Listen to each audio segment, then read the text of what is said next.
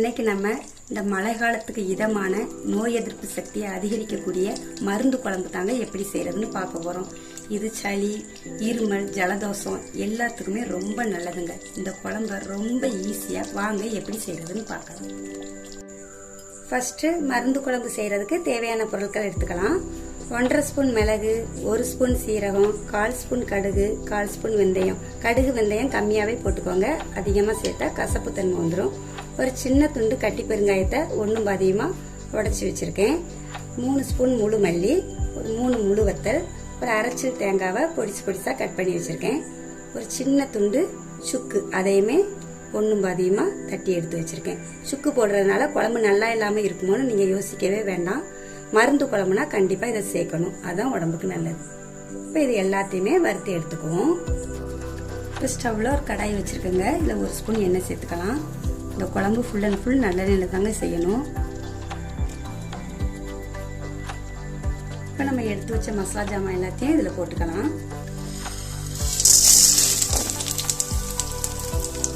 இப்போ இது எல்லாத்தையும் நல்லா வறுத்து எடுத்துக்கலாம்.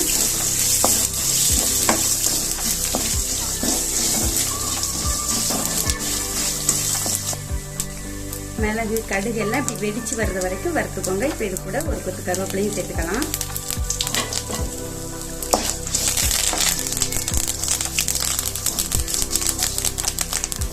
இது கூடவே ஒரு 4 பல் பூண்டும் சேர்த்துக்குவோம். ஒரு 5-6 சின்ன வெங்காயம் சேர்த்துக்கலாம்.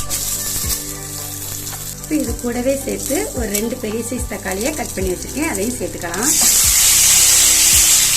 இது எல்லாத்தையும் நல்லா வதக்கிக்கலாம்.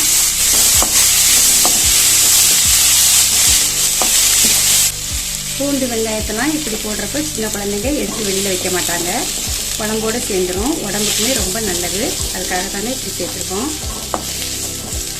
ரொம்ப நேரம் வதக்க வேண்டியது இல்லைங்க, ஏன்னா இப்போ எல்லாத்தையும் ஆற வச்சு நம்ம அரைக்க தான் போகிறோம். இப்போ ஸ்டவ் ஆஃப் பண்ணிடலாம்.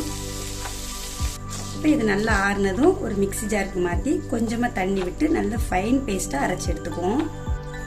இந்த அளவுக்கு நல்ல நைஸாக அரைச்சி எடுத்துக்கோங்க. இப்போ குழம்பு வைக்க ஸ்டார்ட் பண்ணலாம். இப்போ ஸ்டவ் ஆன் பண்ணி ஒரு மண் பாத்திரம் வச்சிருக்கேங்க. குழம்புக்கு தேவையான எண்ணெய் சேர்த்துக்கலாம்.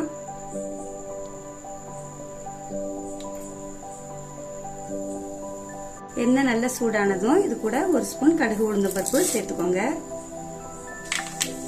கடுகு உளுந்தம் பருப்பு இந்த மாதிரி பொரிஞ்சதும் இது கூட ஒரு கொத்து கருவேப்பிலை சேர்த்துக்கலாம்.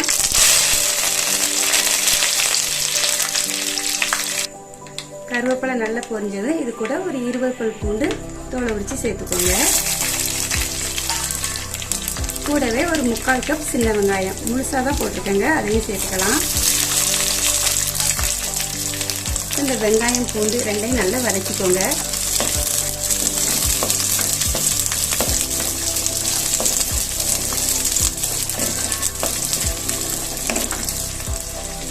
வெங்காயம் பூண்டுலாம் உங்களுக்கு எவ்வளோ தேவையோ அதுக்கு தகுந்தவாறு சேர்த்துக்கோங்க. அது சேர்க்குறப்போ குழம்பும் நல்லாயிருக்கும், உடம்புக்குமே ரொம்ப நல்லது. பாருங்க, வெங்காயம் பூண்டு நல்ல கலர் மாதிரி அழகாக வதங்கி வந்திருக்கு. இப்போ இது கூட நம்ம அரைச்சி வச்ச மசாலாவை சேர்த்துக்கலாம்.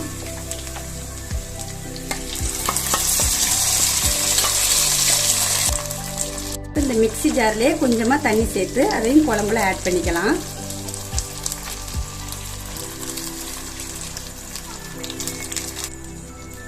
இந்த மசாலாவை நல்லா மிக்ஸ் பண்ணி விட்டுக்குவோம். கூட கொஞ்சம் தண்ணி சேர்த்துக்கலாம்.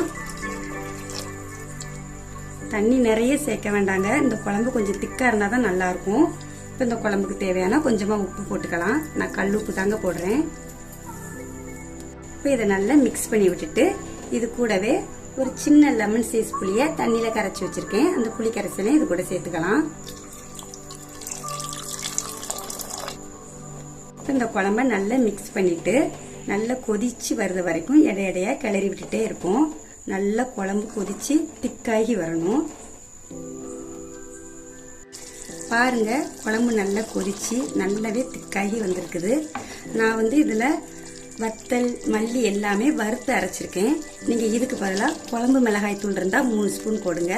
அதுவும் இல்லைன்னா 1/4 ஸ்பூன் மஞ்சள் தூள், ஒரு 1/2 ஸ்பூன் மிளகாய் தூள், ஒரு 2 ஸ்பூன் ஃபுல்லா மல்லித்தூள் எடுத்துக்காங்க. எது போட்டாலுமே நல்ல டேஸ்டா இருக்கும். இந்த மழை நேரத்துக்கு இந்த குழம்பு வச்சு சாப்பிட்டு வந்தா நோய் எதிர்ப்பு சக்தி அதிகமாகும். ஜலதோஷம் எது இருந்தாலுமே ஒரே நல்ல சரியாயிரும். சளி, இருமல், தொண்டை சம்பந்தமான எல்லாத்துக்குமே இந்த குழம்பு ரொம்பவே நல்லது. எங்கள் வீட்டில் மழை நேரம் வந்தாலே வாரத்துக்கு ஒரு நாள் கண்டிப்பாக இந்த குழம்பு வச்சு சாப்பிடுவோம்.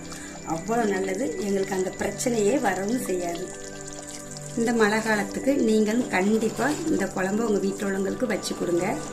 இந்த மாதிரி யூஸ்ஃபுல்லான நிறைய குக்கிங் வீடியோஸ்க்கு நம்ம சேனலை மறக்காமல் சப்ஸ்கிரைப் பண்ணிக்கோங்க. நன்றி.